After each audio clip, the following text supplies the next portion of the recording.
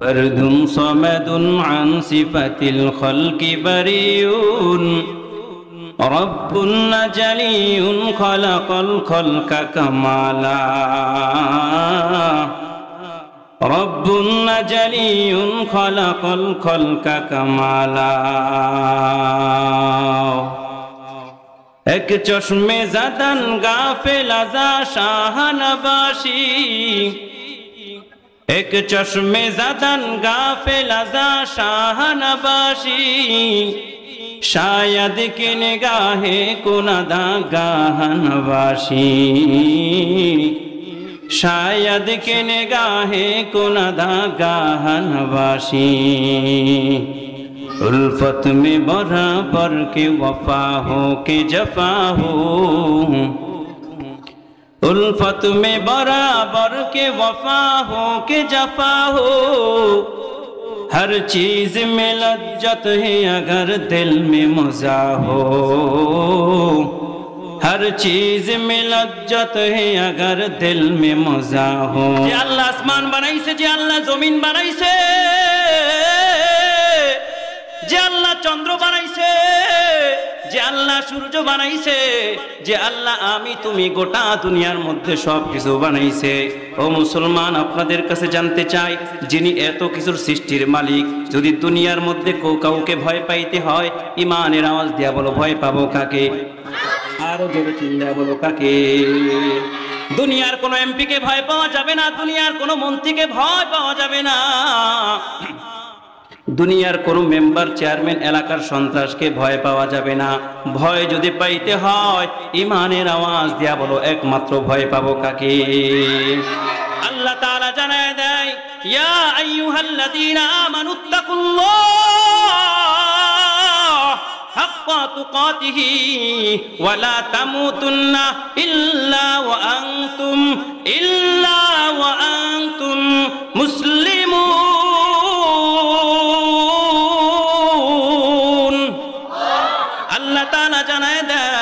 ইমানদারের দল তোমরা যারা আমি আল্লাহকে ভয় করো তোমরা খাঁটি ইমানদার না হয়ে মৃত্যুবরণ করো না আল্লাহ তাআলা তার ভয় সম্পর্কে অন্য আয়াতের মধ্যে জানায় দেয় ইয়া আইয়ুহাল্লাযীনা আমানুত্তাকুল্লাহ ওয়া কুলু কওলান সাদীদা আল্লাহ তাআলা তার ভয় সম্পর্কে জানায় দেয় ইয়া আইয়ুহাল্লাযীনা আমানুত্তাকুল্লাহ ওয়া কুনু মা'আস সাদিকিন আল্লাহ তাআলা তার ভয় সম্পর্কে জানায় দেয় ইন্না আকরামাকুম ইনদাল্লাহি আতকাকুম ও বান্দারা তোমাদের মধ্যে আমি আল্লাহর কাছে সবচাইতে দামি হলো ওই ব্যক্তি তোমাদের মধ্য থেকে আমি আল্লাহর কাছে সবচাইতে মর্যাদাবান ওই ব্যক্তি তোমাদের মধ্য থেকে যে সবচাইতে বেশি তাকওয়াবান সুবহানাল্লাহ বলেন আল্লাহ তাআলা তাকওয়াবানদের পুরস্কার সম্পর্কে জানায় দেয় ওয়ালিমান খাফা মাকাম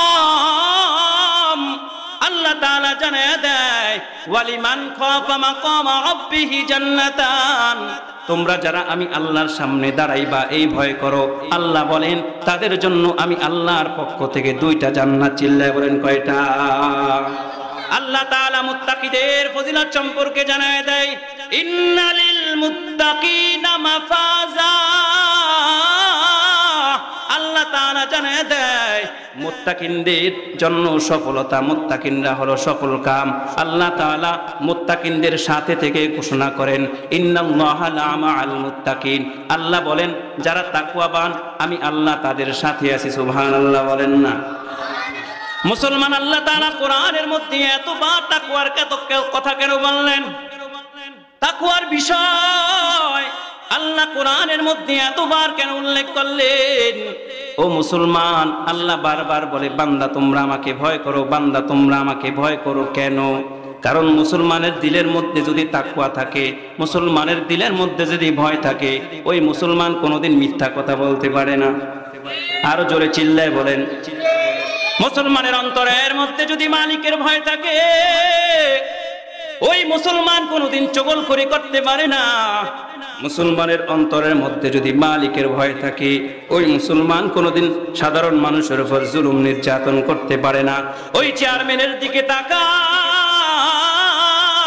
ওই চেয়ারম্যান কিংবা মেম্বারের দিকে তাকাও, তাদের দিলের মধ্যে যদি দয়ার মালিকের ভয় থাকতো, ওই চেয়ারম্যান মেম্বার কোনোদিন জনগণের মাল চুরি করতে পারতো না। আসেনি? আপনাদের এলাকায় নাই, অন্য এলাকায় আছে। মুসলমানের অন্তরের মধ্যে মালিকের ভয় নাই। মালিকের ভয় না থাকার কারণে তাকাইয়া দেখো, আজকে মুসলমান এতিমের হক নষ্ট করে আসেনি।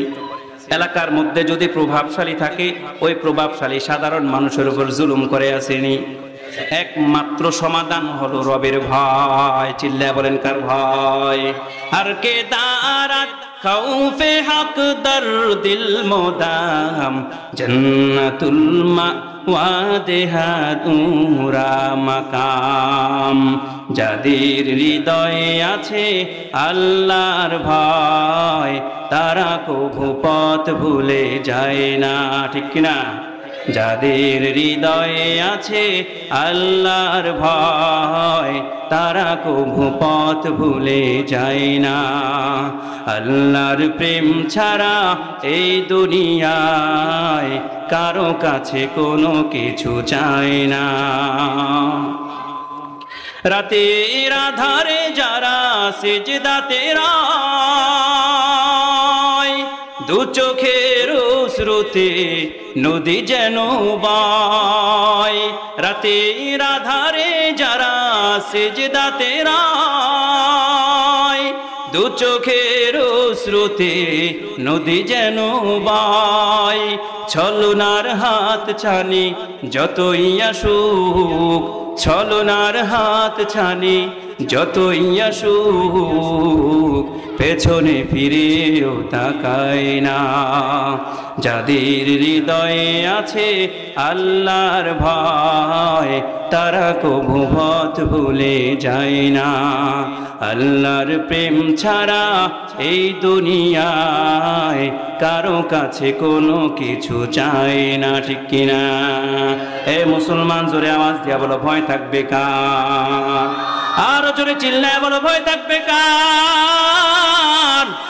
আরো জোরে চিল্লায় বলো, ভয় থাকবে কার? আজকে মুসলমানের দিলের মধ্যে মালিকের ভয় নাই। দুনিয়ার মধ্যে এত অপরাধ, এত অপরাধ, সব অপরাধের একমাত্র জ্বর হলো কার? ভয় না থাকা। আল্লাহ এই জন্যই কোরআনের মধ্যে বারবার তাকওয়ার কথা বলেছেন। আল্লাহ এই জন্য কোরআনের মধ্যে বারবার ভয়ের কথা বলেছেন। খলিফাতুল মুসলিমিন হযরত ওমরকে ডেকে ডেকে বলে, ওমর আমাকে বলো তাকওয়া কাকে বলা হয়? খলিফাতুল মুসলিমিন জানায় দেয়, তাকওয়ার পরিচয় যদি জানতে চাও ভালো করে শুনে নাও। তাকওয়া হলো একটা দুইটা পাহাড়ের মধ্যখান দিয়ে যদি একটা সরু পথ থাকে, রাস্তা থাকে, ওই রাস্তার চতুর্পাশে যদি কাঁটাযুক্ত গাছ লাগানো থাকে, ওই কাঁটাযুক্ত গাছের মধ্য দিয়ে রাস্তা তোমাকে পারি হতে হবে।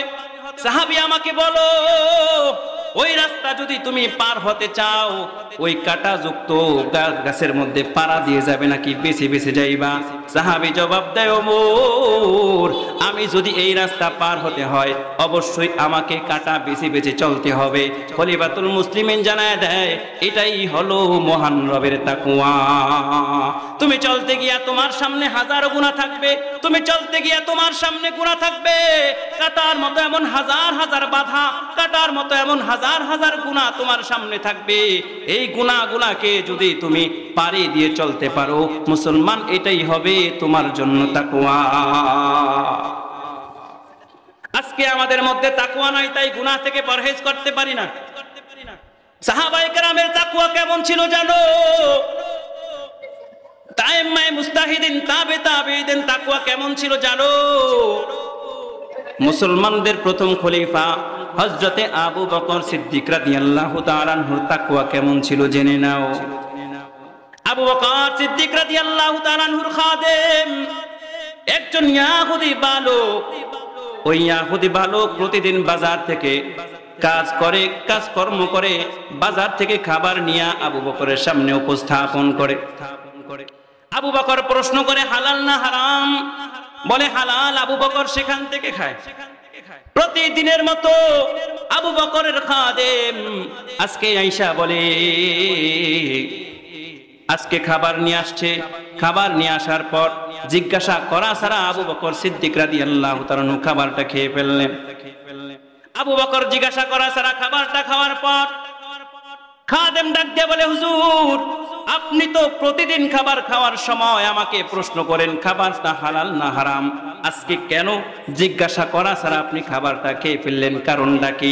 বলে আমার পেটে অনেক ক্ষুধা ছিল, পেটে ক্ষুধা থাকার কারণে তোমাকে জিজ্ঞাসা করতে মনে নাই। খাদেম জানায় দেয় হুজুর আজকে খাবারের মধ্যে হারাম ছিল। নাউজুবিল্লাহ বলেন। বলে কিভাবে হারাম ছিল জানায় দাও।